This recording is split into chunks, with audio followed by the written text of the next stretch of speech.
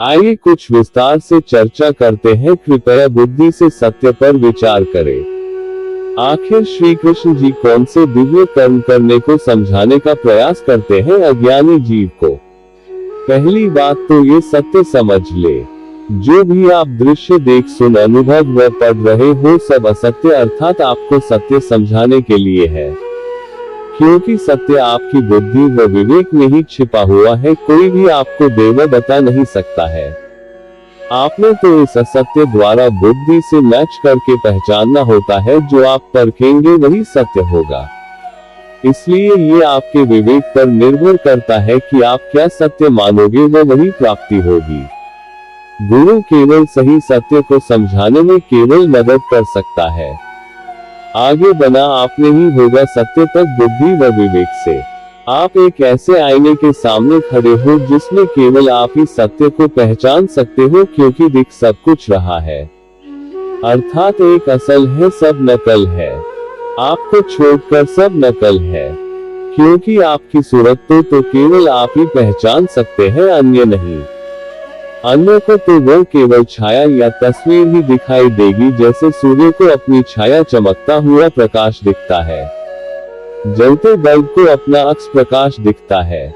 याद रखो, असली सूरत नहीं केवल दृश्य दिखता है। इसी प्रकार आप मायावी आईने अर्थात शरीर के माध्यम से सब कुछ असत्य ही देख सुन स्पर्श रस व गंध ले रहे हैं और उसी असत्य को सत्य मान रहे हैं। दिक्कत यहाँ पर है, ये लिखे शब्द भी नकली है अर्थात मायावी देह, और इन्हीं नकली शब्दों के द्वारा मैं भी आपके सामने सत्य रख रहा हूँ, परंतु फिर भी आप इन असत्य शब्दों से सत्य समझ रहे हो बुद्धि व विवेक से, क्योंकि वो सत्य आपकी बुद्धि व विवेक में है। इन शब्दों के माध्यम से आपने पहचान लिया है। मैं कुछ गलत बोलूं तो टोक देना अर्थात टिप्पणी देना, क्योंकि मैं सत्य बोल रहा हूँ, मुझे किसी प्रमाण की आवश्यकता नहीं होती। सत्य का प्रमाण आपकी बुद्धि व विवेक है।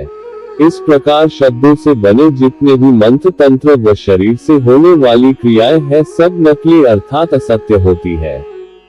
श्री कृष्ण जी उस दिव्य कर्म की बात कर रहे हैं जो भेद देवता भी नहीं जानते। इन अधरे देहगुरुओं की बात तो बहुत दूर की बात है, जो आपको मनमर्जी दृश्य व अनुभव से भ्रमा रहे हैं, क्योंकि इनके पास ब्रह्म ज्ञान है, पूर्णात्म ज्ञान अर्थात सत्य ज्ञान नहीं, जो आपके सामने रख सके।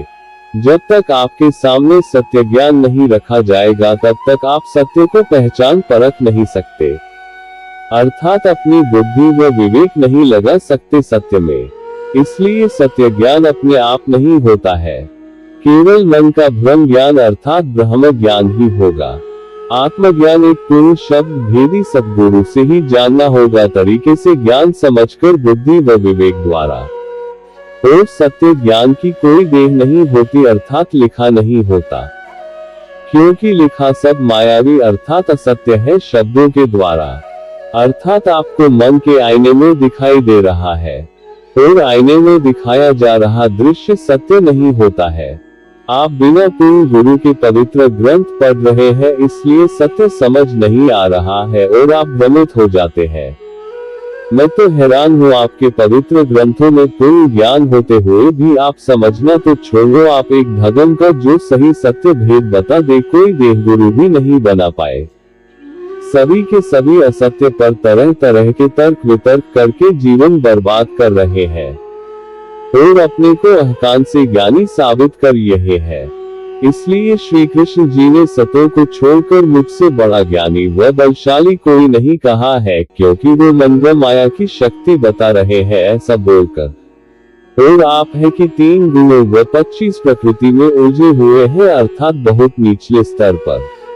कुछ मूर्ख तो इससे भी नीचे लिखे शब्दों व शरीर पर उलझे हुए हैं, अर्थात मंत्र तंत्र ध्यान योग समाधि यज्ञ आदि क्रियाओं पर।